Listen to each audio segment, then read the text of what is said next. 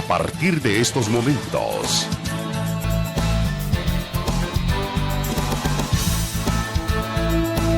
Conversando con Alfredo Villarreal.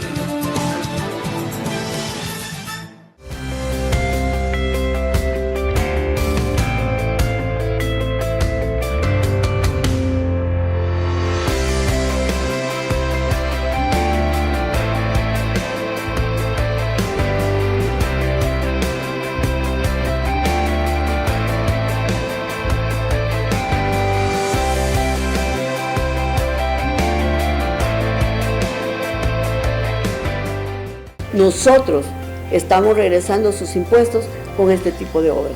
Antiguo, ahora es mejor. Desde el Centro Gripológico de Virogrip se pronostican lagrimeos torrenciales y malestar general. Cambia el clima de la gripe con Virogrip, en jarabe, sobres solubles y gel Capsa M y PM. Hola, ¿qué tal amigos televidentes? Iniciando una semana más de labores, qué bien, ¿verdad? Y tratando de observar cómo se está comportando esta pandemia. Gracias a Dios, según los últimos informes, la curva va descendiendo y el 24 de agosto tenemos que tomar todas esas medidas necesarias, ¿verdad? Porque es la reapertura de nuestra economía, de las labores. Vamos a ver cómo nos portamos los salvadoreños. Yo creo que bien, fíjese, porque hemos tenido mucha conciencia en tomar las medidas de prevención.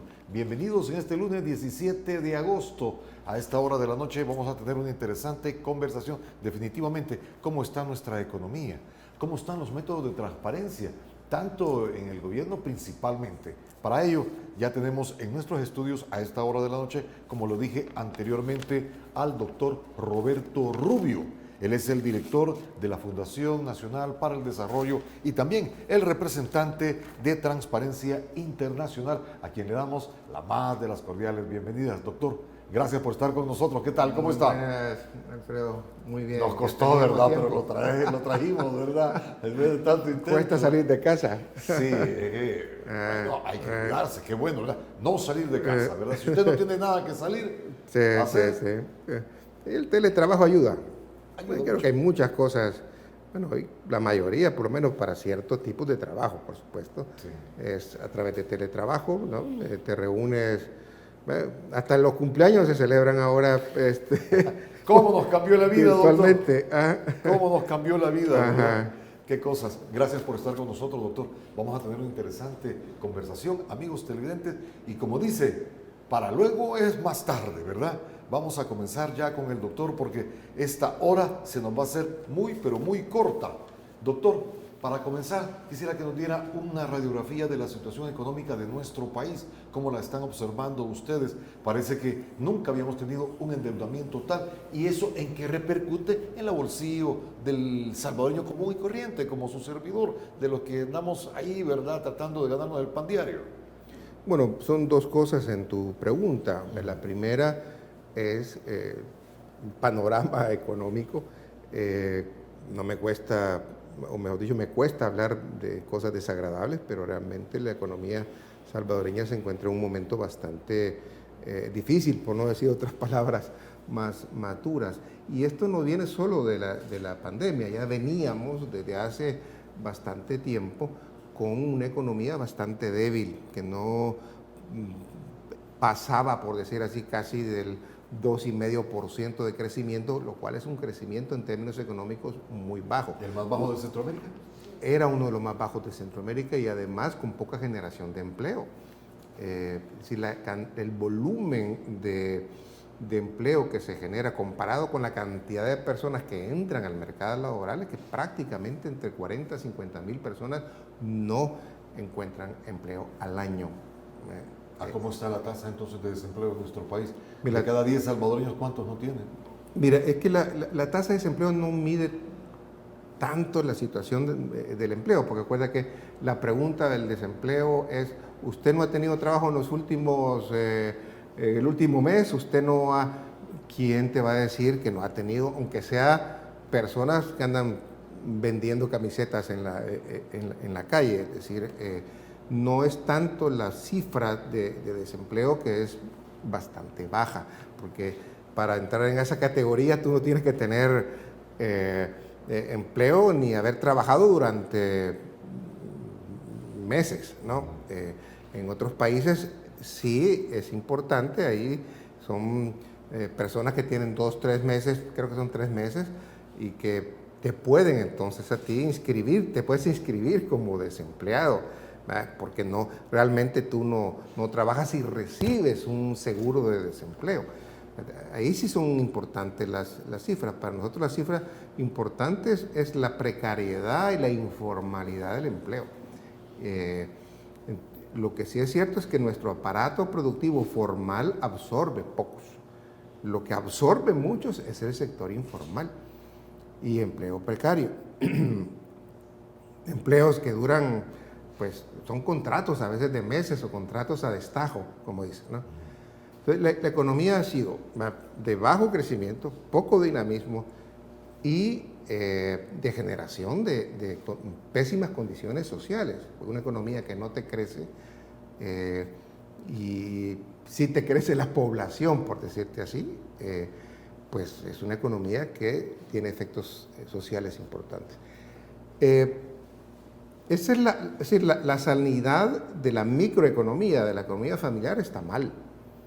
Pero también tienes que medir la sanidad y la salud de la macroeconomía que repercute en la economía familiar. Porque muchas veces tú dices, bueno, a mí qué me importa que tengamos una deuda del 100%. Ahí quiero llegar. ¿En qué nos repercute, verdad, El Salvador? Esa es la segunda pregunta. La primera pregunta te la contesté quizá muy general, diciendo, mire, pero en buen francés estamos jodidos, bien jodidos. ¿Ya? Pero en la macroeconomía, es decir, para que la gente diga, bueno, ¿y a mí qué me dice que tengamos un déficit fiscal que pasó del 3% al 9%? Que esas son un poco las cifras que se están dando, ¿no? ¿Qué me dice que ahora tengamos una deuda que está arriba del 90%? Pues mire, dice mucho, porque una deuda de ese nivel quiere decir, primero, de que por cada, digamos, colón o dólar, perdón, ¿va? Que nosotros producimos, debemos 90. Ya están prestados 90. O de cada 100 dólares, 90 ya están prestados. Segundo, quiere decir que tenemos que pagar muchos dineros en intereses.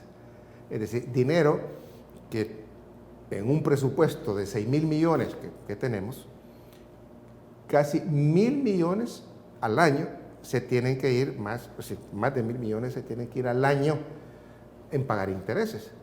Es decir, no pueden ir esos 1.000 millones a mejorar los hospitales, a mejorar programas de vivienda, a mejorar inversiones públicas en carreteras, en la producción de agua. Entonces, muchas veces, el que tú no tengas acceso al agua potable, en parte se debe, bueno, pueden haber casos de corrupción, pero se debe a que no ha habido la inversión suficiente para abastecer a una cantidad importante de la población.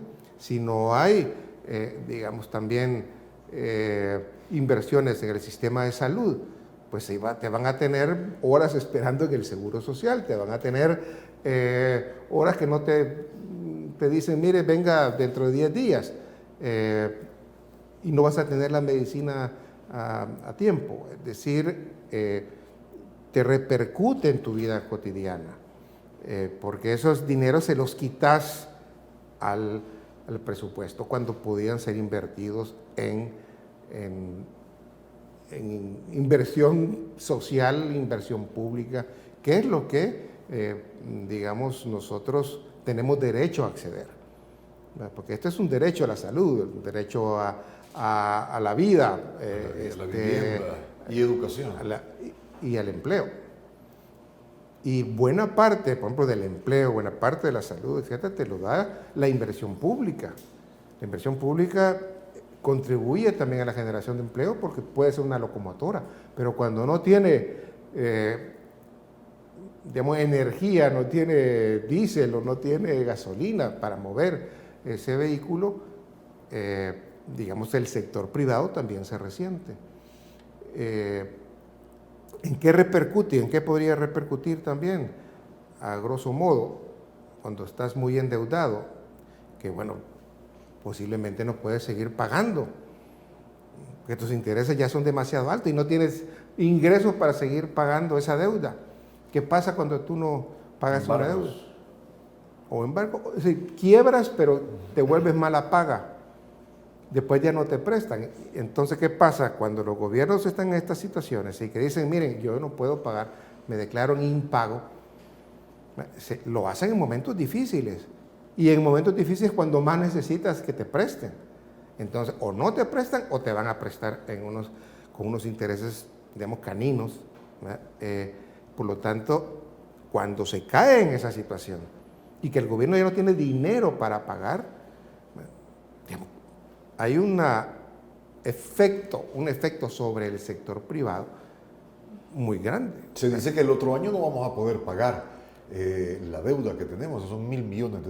No. Bueno, tenemos cada año que estar pagando intereses. Intereses nomás. Intereses nomás. Bueno, se pueden estar pagando porque uno hace todo Pero lo no posible. vamos a traer. ¿Estamos en riesgo de caer en impago? Por el momento te diría que no. ¿Para el próximo año? Por el momento te diría que no. Se ha logrado reestructurar deuda porque tú puedes también digamos, tirar deuda de corto plazo a largo plazo y puedes ir, como dicen, capeando el temporal, como hace una familia, ¿no? Pero el problema que sí puede haber es que tú para pagar esa deuda, como decía antes, tienes que reducir tu presupuesto para otras cosas, ¿ya? Y es ahí donde sí la población sí va a sentir, y lo va a sentir en carne y hueso, el hecho de que, digamos, los servicios públicos, los derechos a los que tú tienes, al empleo, a la salud, se van a ver seriamente afectados. Y es ahí donde el ciudadano va a empezar bueno, ya lo siente, ya tiene ese problema, pero va a ser más grave todavía. Para finalizar este bloque, doctor, ¿se ven señales que el gobierno puede salir de esta situación que está generando las condiciones para poder salir de una situación económica severa de los salvadoreños? Uno de los hechos que ha sucedido con la pandemia y que ha provocado que muchos países tengan serios problemas económicos es que se pone a prueba a los dirigentes en su capacidad de enfrentar tanto los problemas sanitarios como los problemas económicos y sobre todo si logran combinar y manejar ambas cosas a la vez. ¿Por los señales que vemos? Por los señales que vemos, este gobierno no ha manejado bien, no ha gestionado bien esta situación. Hay demasiada improvisación. ¿Será inexperiencia de funcionarios? En parte y prepotencia también. No te dejas ayudar, no escuchas, crees que tienes siempre la razón. Y cuando tú te cierras de que tú tienes la razón y cuando esa razón está basada a veces en improvisaciones o está basada, es decir, tú no puedes manejar una compleja realidad económica a base de tweets. La realidad te va a alcanzar y eso es lo que le va a pasar a este gobierno. Por esa incapacidad que está mostrando, por esa cerrazón que está teniendo en el manejo de la situación económica, vamos a pagar todos los costos de esta improvisación, porque esa realidad lo va a alcanzar, no se puede manejar de esa manera. No hay cómo parar eso, no hay cómo mientras te abras a escuchar a la gente que sí sabe, porque hay cantidad, te digo, de propuestas en este país de cómo salir adelante. Cuando dejes la improvisación, cuando realmente empieces a manejar la economía en términos reales, la patees la economía y no la estés simplemente manejando a través de un tuit, que crees que se van a resolver los problemas económicos a través de declaraciones y a través de imagen. No. Esta situación es grave, es seria y requiere un equipo serio, requiere un equipo 10 en este momento. Lo cual no lo tenemos. Y pareciera que tiene un equipo nota 2. Nota 2. Bien, amigos televidentes, esta es la primera parte de nuestra entrevista para que sepamos dónde estamos parados, como decimos en buen salvadoreño. Tenemos una situación difícil económica y el otro año pues no se espera nada bueno a través de, bueno, lo ha dicho el doctor, nuestras autoridades tienen que escuchar, ¿verdad? Volvemos con más, permítame. Ya volvemos, conversando con Alfredo Villarreal. Sigamos conversando con Alfredo Villarreal. Estamos conversando, amigos televidentes, en esta noche con el doctor Roberto Rubio. Él es el director ejecutivo de Funde y es el representante internacional de Transparencia.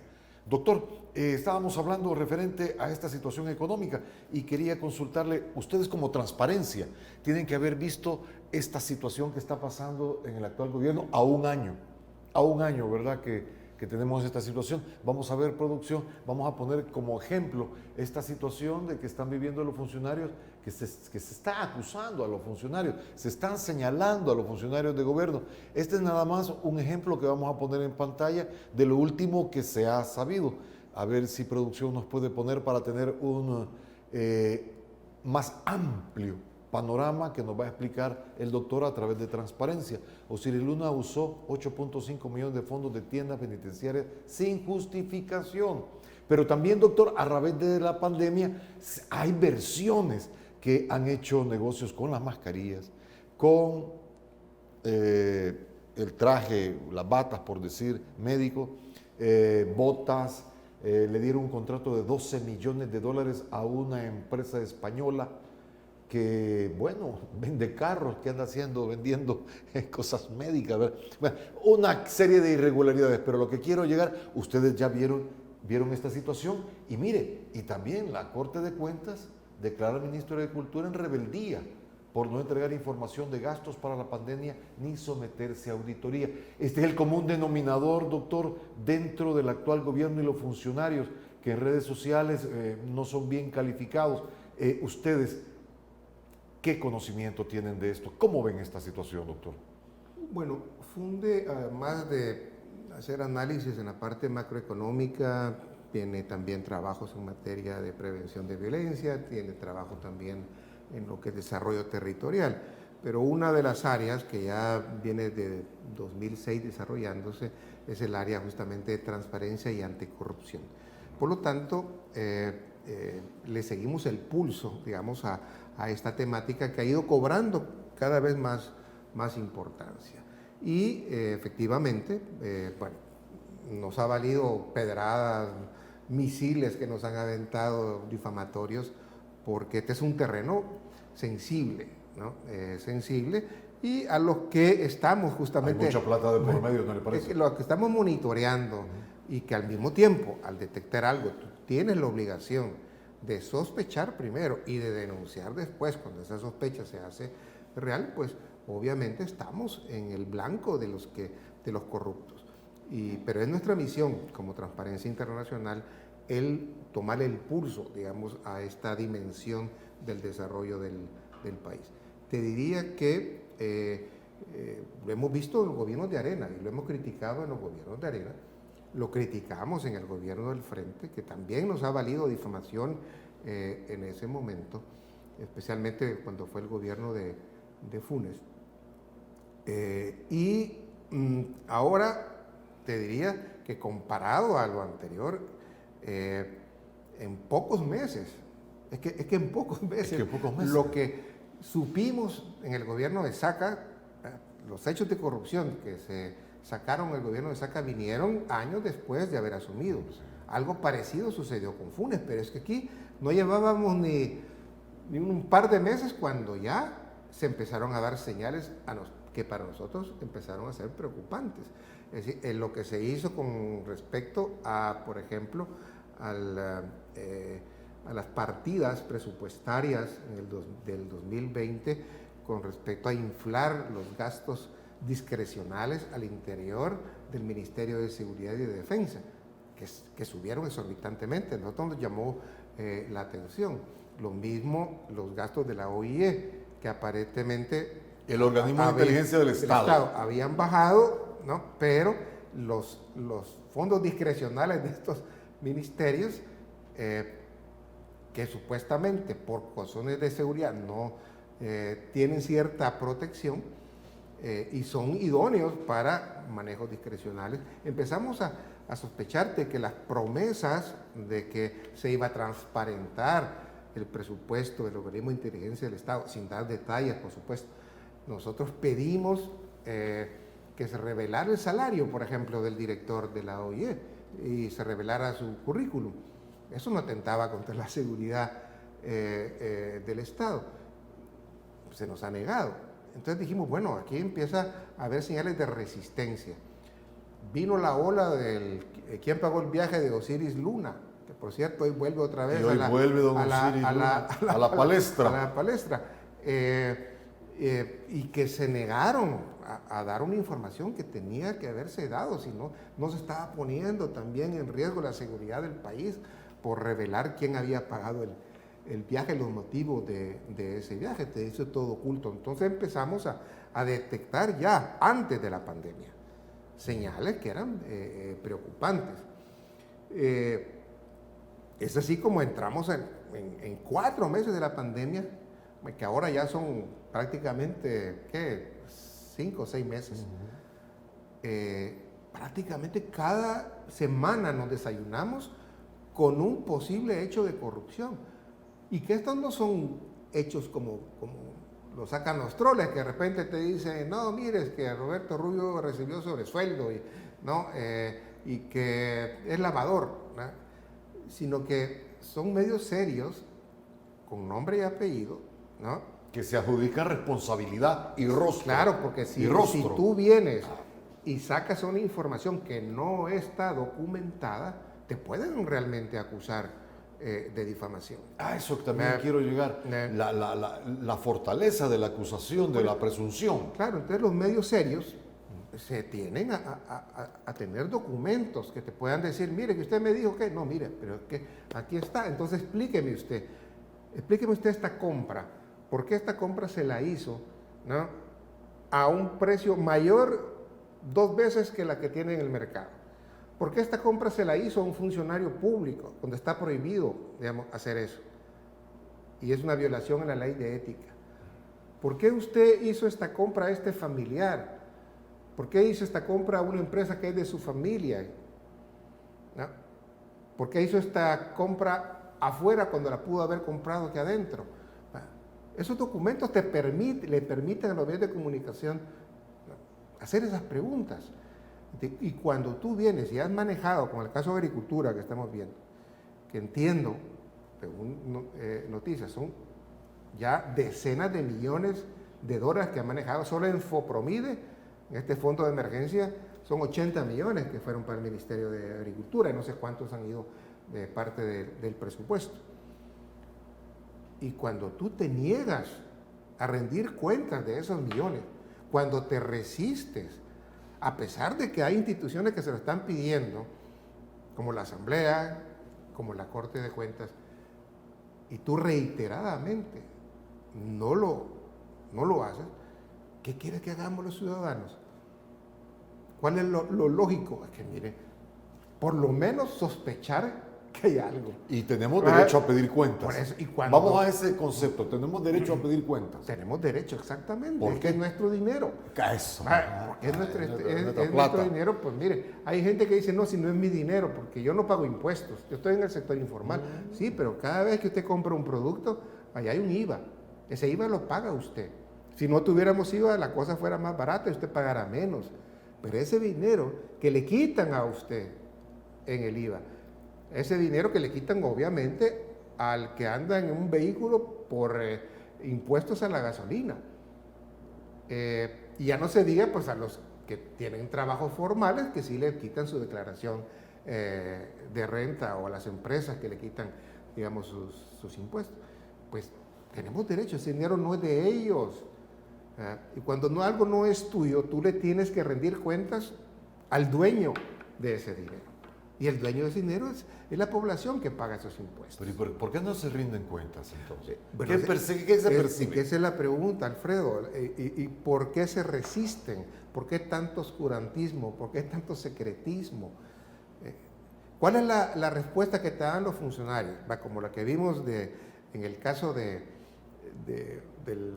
creo que fue Focus TV, que sacó una investigación sobre el uso de del dinero de las tiendas en las penitenciarías. Lo que estamos viendo, 8.5. Va la periodista detrás y le pregunta, mire, ¿y usted hizo esa transferencia al Ministerio de Hacienda o no?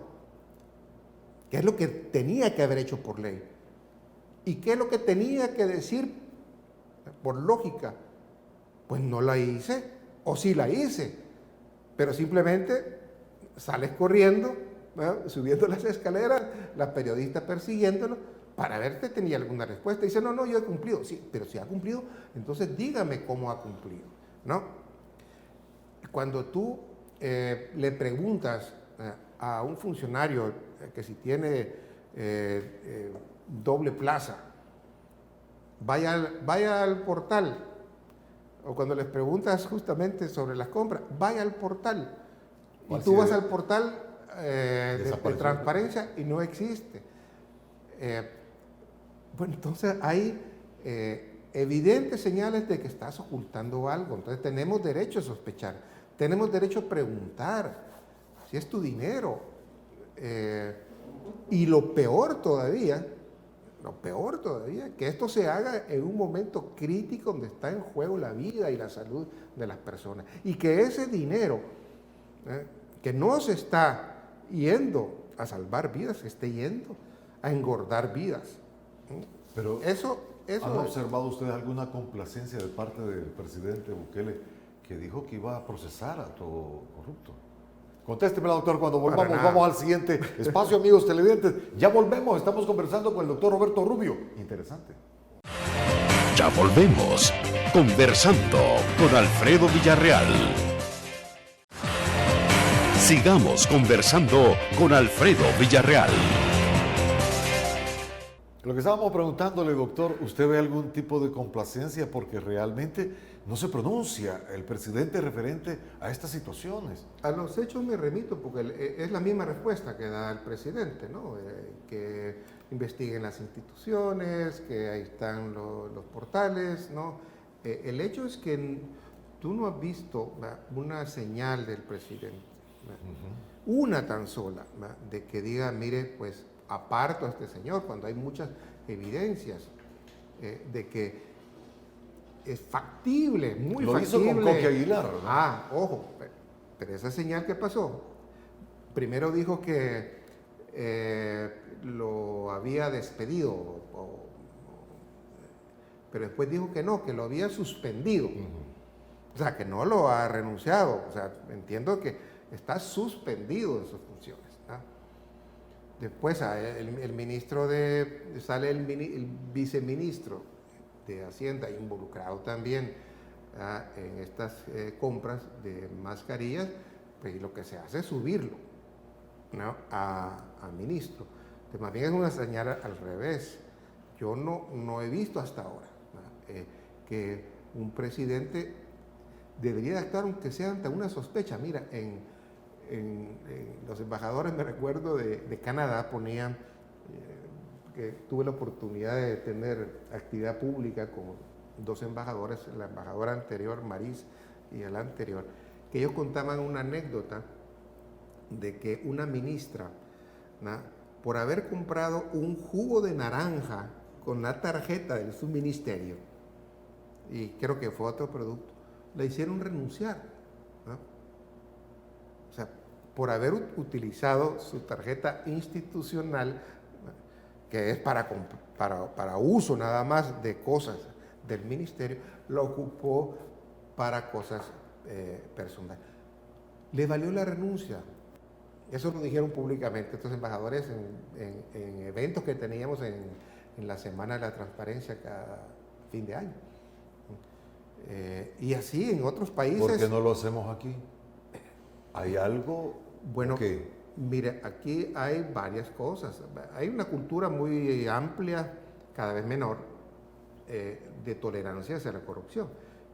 Porque te dicen, es que todos roban, ¿no? Todos lo hacen.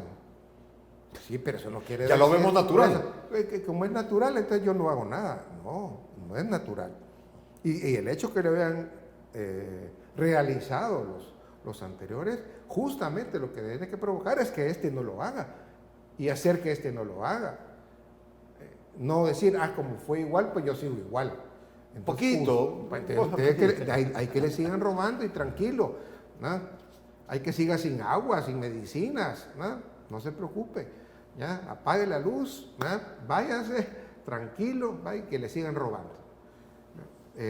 No, con esa actitud no vamos muy lejos, no vamos a combatir efectivamente la corrupción. Entonces, la complacencia tanto del funcionario superior como la complacencia también de mucha gente y la tolerancia es una cultura, ¿no?, que no abona. Pero también está como dicen, la teoría del untado. La teoría del untado es que a veces te cuesta denunciar un hecho de una institución, de un funcionario, porque tú estás untado. Te han dado. Tú no lo denuncias porque hay otra razón también, ya no es tiene que ver con teoría del untado, pero es ya el soborno. No se denuncia porque tú estás sobornado, estás callado. O te sobornan con dinero, o te sobornan, no te reelijo. Tu reelección depende de mí, por lo tanto,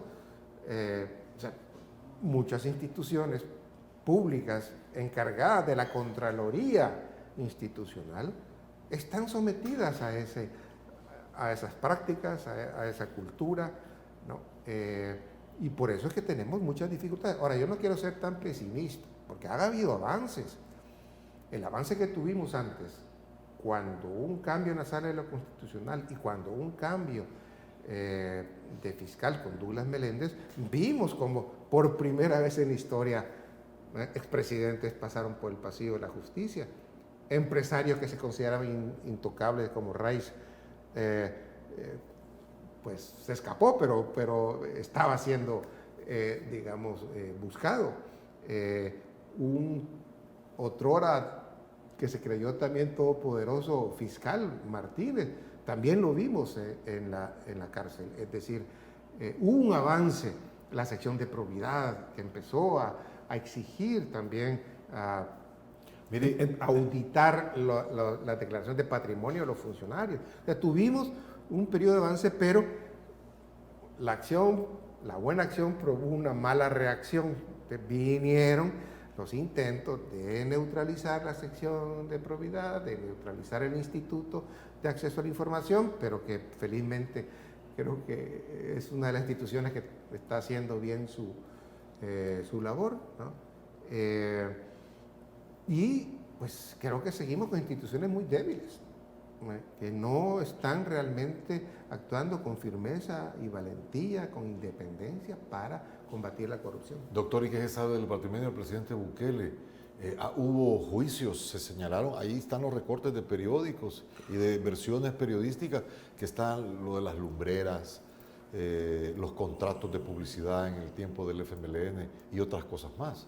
Sí, bueno, yo creo que la Fiscalía tiene expedientes sobre el presidente Bukele, y nada menos uno que anda circulando ahora tiene que ver con unos hallazgos, entiendo, de la sección de probidad, que lo sacó en televisión, unas declaraciones que son las que andan circulando también del ex magistrado Sidney Blanco, donde decía que se habían detectado una evasión de $846,000 de impuestos que había hecho unas empresas de la familia de Bukele, donde él estaba, pues era parte de ese negocio.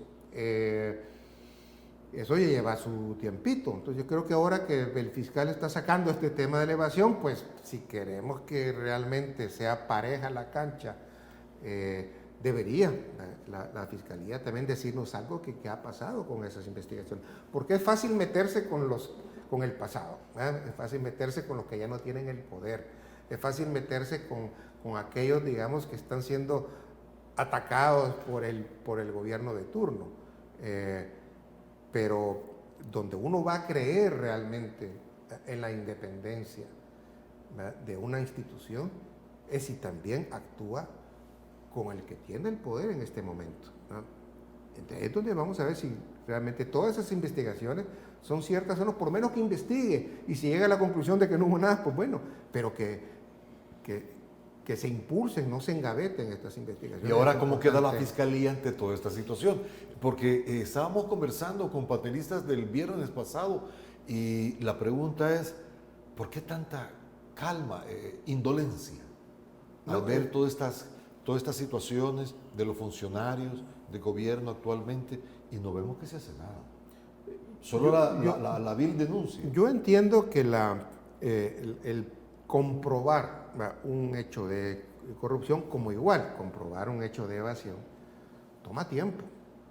Es decir, tú tienes que pasar, en el caso, por ejemplo, de la evasión, una serie de procesos administrativos antes de actuar. Yo no sé si en este caso se hizo, si se siguieron los procedimientos administrativos, porque esto, cuando te acusan de evasión, pues tú tienes que defenderte, pues hay cámaras, apelaciones, etcétera. Tienes un proceso administrativo antes de que te puedan, digamos, llegar a buscar. Bueno, yo no sé si esto se ha hecho, desconozco. Si no lo han hecho, sería grave. Pero también en los casos de corrupción, toma tiempo, porque tú no puedes ir a acusar a un caso de corrupción para que después se te caiga. Tiene que ir en firme. ¿Se puede revertir? Sí. Ahora, yo entiendo que estos últimos casos pues, puede tomar su tiempo, pero hay bastante evidencia ya documentada.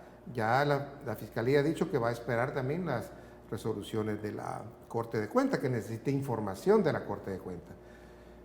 Pero sí quisiéramos saber si las está investigando, ¿no? Y que también, como te decía antes, ya estas otras investigaciones que han habido sobre evasión de impuestos del mismo presidente anteriormente, ya es tiempo de que tuviéramos algunos resultados. O las investigaciones, como tú decías, sobre las luminarias, las licitaciones que se hicieron en la alcaldía de Nuevo Cuauhtémoc o en la de San Salvador. Esos expedientes, me imagino que ahí están. Lo del mercado Cuscatlán.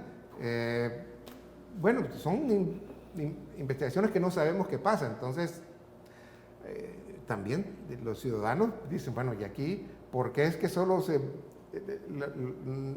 va para un lado y no para otro? Y yo esperaría, pues confío todavía que la Fiscalía pueda entrarle a estos... Confía todavía, pero la Fiscalía nunca. Yo confío que todavía, digamos, pueda entrarle a estos casos y nos va a convencer si realmente pronto le entra a estos casos que ya están rebalsando ciertamente. Estamos casi construyendo un álbum de la corrupción con todos estos casos que están apareciendo. Ya es un rosario, ¿no? Es un rosario. Volvemos, amigos televidentes, tenemos más. Estamos conversando con el doctor Roberto Rubio. Permítame. Ya volvemos, conversando con Alfredo Villarreal. Sigamos conversando con Alfredo Villarreal.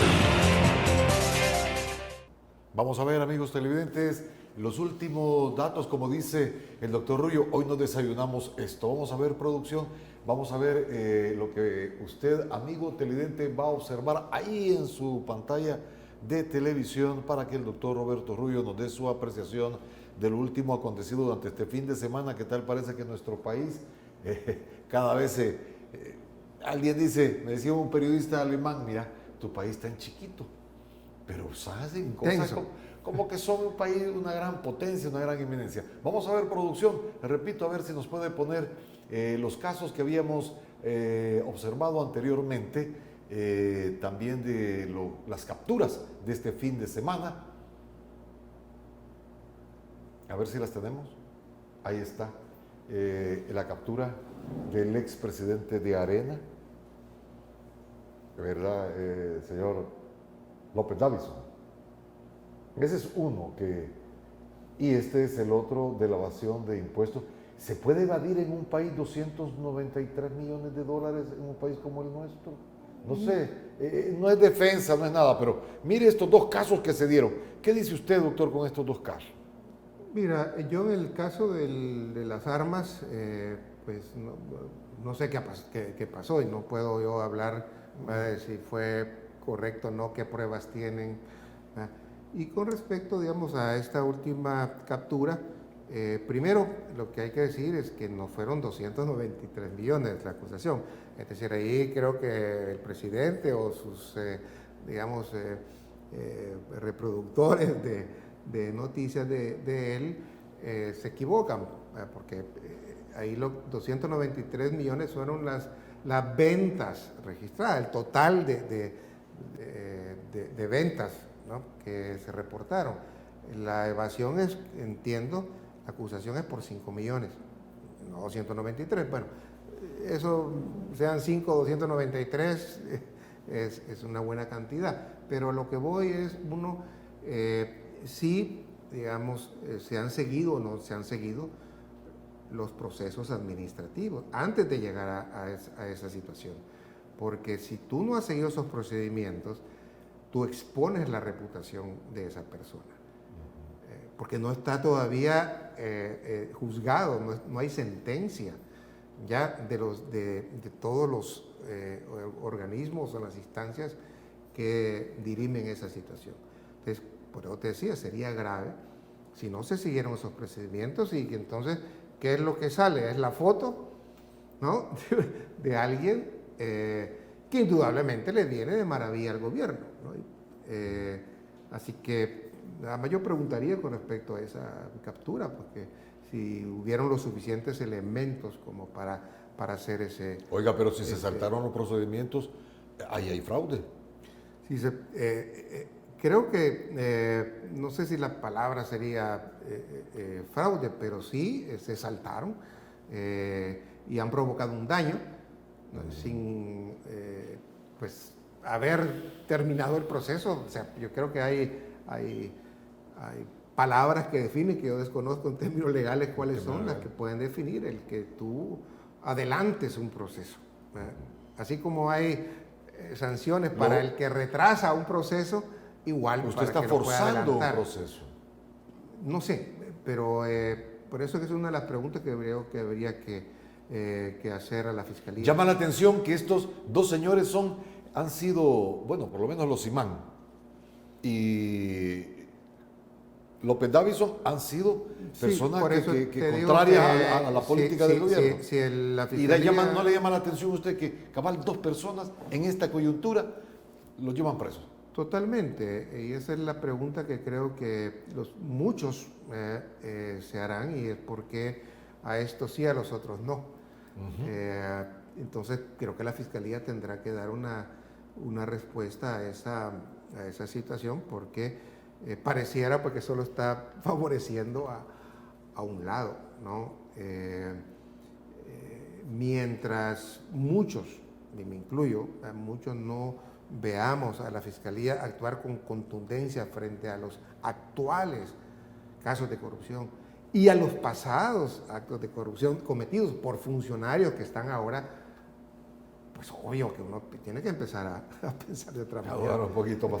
Por eso que la Fiscalía está en la obligación de aclarar bien las cosas y como te decía la palabra todavía, a ver si va a actuar frente a esos casos, ¿no? Volvemos, amigos televidentes, con la despedida y la conclusión de este interesante programa. Permítanos, ya volvemos.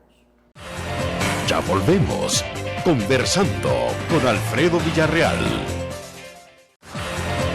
Sigamos conversando con Alfredo Villarreal. Doctor, ¿cómo podemos concluir esta situación que está viviendo el país y qué se puede explorar? ¿Cuáles son los visos como conclusión suya? Bueno, es difícil sacar una conclusión general porque son varias áreas, ¿no? Pero definitivamente que el país necesita ser manejado de otra manera, porque así como se está manejando nos lleva al precipicio, ¿no? Y lo que no queremos que nos lleven al precipicio como el chancho que solamente está chillando, ¿no? Creo que la ciudadanía tiene que reaccionar, tiene que exigir, tiene que reflexionar sobre quiénes son los responsables. Aquí no hay una sociedad civil muy organizada que pueda reclamar. Es débil. Ahora, es cualitativamente importante porque tiene peso en la opinión pública, pero no tiene, digamos, esas manifestaciones masivas que se han dado pues, en Guatemala, en Honduras, aunque tampoco sirvieron a veces de mucho porque se hicieron esas manifestaciones en Guatemala y llegó Jimmy Morales, que fue peor a lo que se criticaba, y en Honduras pues se ha seguido igual. Creo que tiene que haber una combinación entre acciones pues, de calle, manifestaciones de calle que son importantes, pero sobre todo esas intervenciones cualitativas, cuestionadoras. Los medios de comunicación están jugando un rol, creo yo, muy importante. Los medios serios, tuyo, el poder llegar a gente con distintos puntos de vista, porque aquí no se trata de que vayan a agarrar mi punto de vista, sino que la gente tenga la capacidad de escuchar a este y a este otro, sin insultarlo, ¿no? Porque a mí nunca me ha visto insultar a un funcionario, siempre voy a los argumentos, ¿no? Y uno quisiera que así fuera el debate, que la gente sacara sus conclusiones, a ver cuál es el argumento que más pesa. Pero dejarse ir solamente por emociones, creo que la gente tiene que empezar pasar no solamente a las emociones, sino a las reflexiones, y reflexionar sobre lo que está pasando en el país, de que le va tarde o temprano a llegar, lo que él cree que no le está llegando, le va a llegar tarde o temprano, y que por lo tanto tiene que empezar a hacer algo también, de irse sumando a las exigencias, a la organización ciudadana, a los contrapesos ciudadanos, a la Contraloría Social. Creo que es lo que nos corresponde como ciudadanos para evitar que nos vayamos, digamos, hundiendo cada vez más. Doctor, gracias mil por haber estado acá. Vamos a ver cuándo tenemos la buena oportunidad de tenerlo nuevamente, ¿verdad? Bueno, Cuesta, bueno, pero que como ya está bajando la pandemia. se nos quedaron, mentira, mire, mentira. Aquí tengo el serie de temas que se quedaron pendientes, así es que lo esperamos en otra oportunidad. Bueno, lo mejor de las noches, oye. Okay. Pero Gracias, sobre todo, Alfredo. gracias a usted, amigo televidente, que nos ha acompañado durante esta hora. De seguro, si Dios nos lo permite, el día de mañana, martes 18 de agosto, tendremos más para usted. Que tenga una sana noche. Desde el Centro Gripológico de Virogrip se detectan abundantes precipitaciones de mocos. Cambia el clima de la gripe con Virogrip, en jarabe, sobres solubles y gel Capsa M y PM.